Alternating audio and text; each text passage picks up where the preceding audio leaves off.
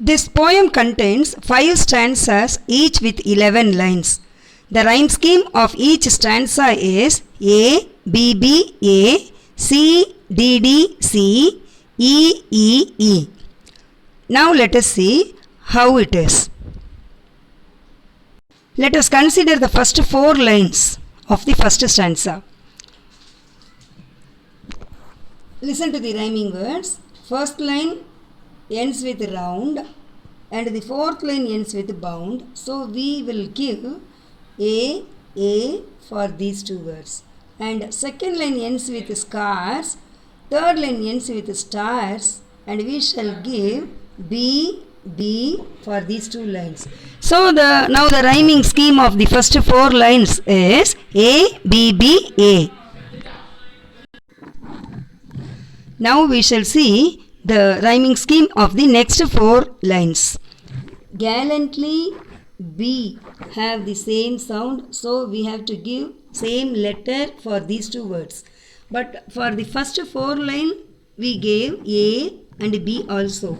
So now we cannot give the same letter because we are seeing the same stanza. We are giving the rhyming words for the same stanza. If it is next stanza, we can give A again.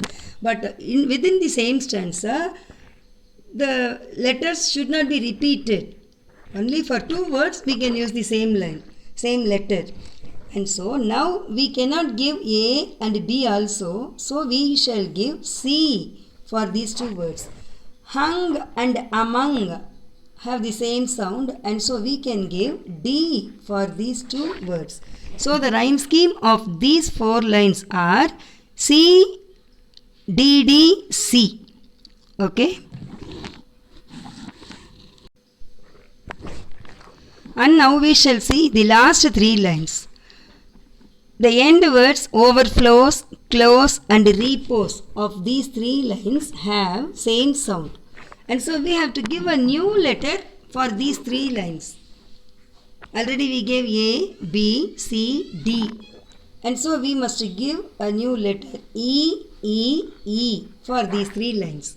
So the rhyme scheme of the last 3 lines in this stanza is E, E, E.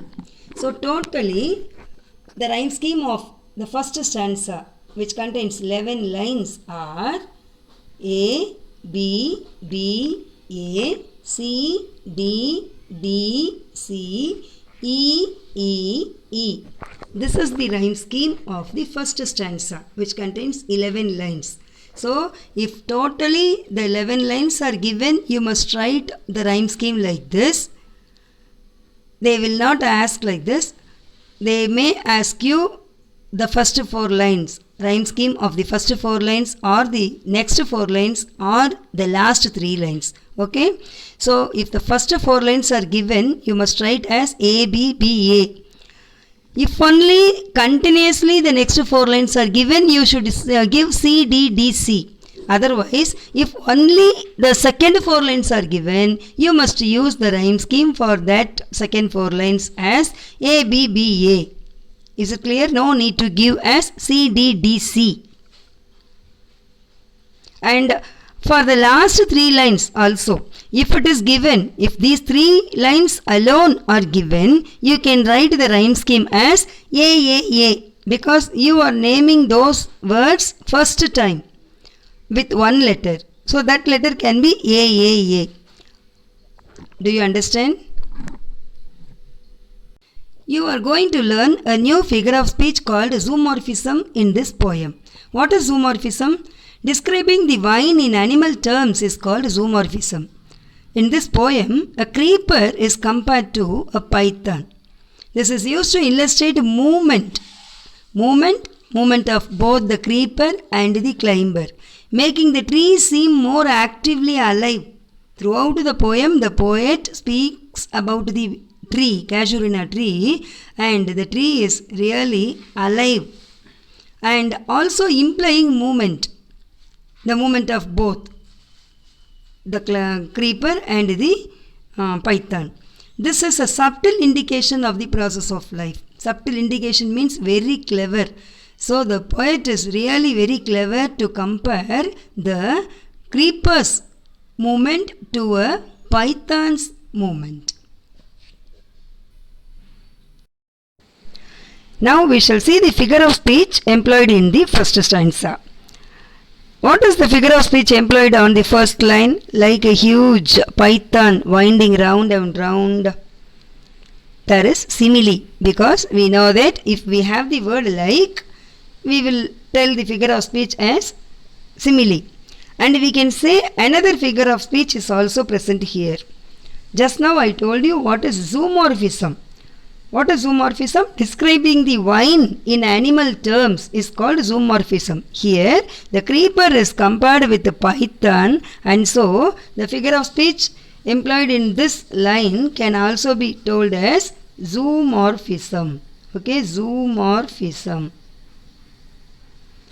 So on the first line we have two figures of speech. One is simile, another one is zoomorphism. And now listen to the third line. Up to its very summit near the stars. The figure of speech employed in this line is hyperbole. What is hyperbole? You know, exaggeration. That is அப்படியே பிரம்மாண்டப்படுத்தி சொல்கிறது. எவ்வளோ உயரத்தில் இந்த tree, கேஷுவனா tree வளர்ந்துருக்கு, உயரமாக வளர்ந்துருக்கு. அது வரைக்கும் எவ்வளோ உயரமாக அந்த ட்ரீ இருக்கோ அந்த உயரம் வரைக்கும் அந்த பைத்தானும் கிளைம் பண்ணி மேலே போகுது அப்படின்னு சொல்கிறாங்க. Winding round and round up to it's very summit அப்படின்னு சொல்கிறதுனால, பிரம்மாண்டப்படுத்தி சொல்கிறதுனால ஹைப்பர்போல் அப்படிங்கிற ஃபிகர் ஆஃப் ஸ்பீச் எம்ப்ளாய் ஆகிருக்கு இந்த லைனில். Okay, and next you see, in crimson clusters all the boughs among. In this line, imagery is present, is employed. A new term, new figure of speech called imagery is present here. What is imagery? Crimson clusters. Crimson means red, deep red in color, and those flowers are in groups. Clusters means groups. அப்படியே red கலரில் குரூப்பாக அப்படியே திக்காக அப்படி சொல்லும் போதே நம்ம எவ்வளோ ஒரு கற்பனை பண்ணி சொல்கிறோம் இப்போ சொல்கிறோம் இல்லையா? அதனால் இங்கே என்ன ஃபிகர் ஆஃப் ஸ்பீச் எம்ப்ளாய் ஆகியிருக்கு அப்படின்னா imagery. Okay,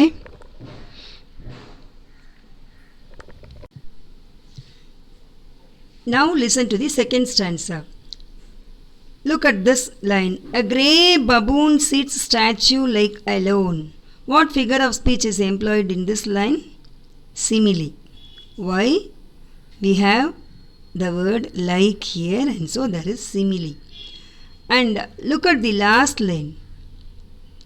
The water lilies spring like snow enmassed. What figure of speech is employed in this line?